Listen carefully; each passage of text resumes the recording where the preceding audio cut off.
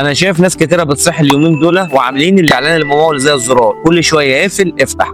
وللاسف رابطين تحديثات الفيسبوك كمشكله اساسيه في سوق النتائج، بغض النظر عن الرساله الاعلانيه او الجمهور المستهدف او الاستهداف التفصيلي. ماشي، انا معاكم ان كان في تحديثات في الادس مانجر بتاع الفيسبوك، بس التحديث ده اللي انا عايز اعرفه لك ان هو بيكون لغرض التطوير والتحديث، مش بيكون عشان خاطر يعطل لك شغلك. وطبيعي لما تنشر اي حمله بهدف الرسائل، لان اول الحمله سعر الرساله بيكون مرتفع معاك شويه، بس بعد ما تخش بعد كده الحمله في مرحله الليرنينج وتبدا تتعرف على الجمهور المستهدف بتاعك، تبدا سعر الرساله بالتدريج بتقل.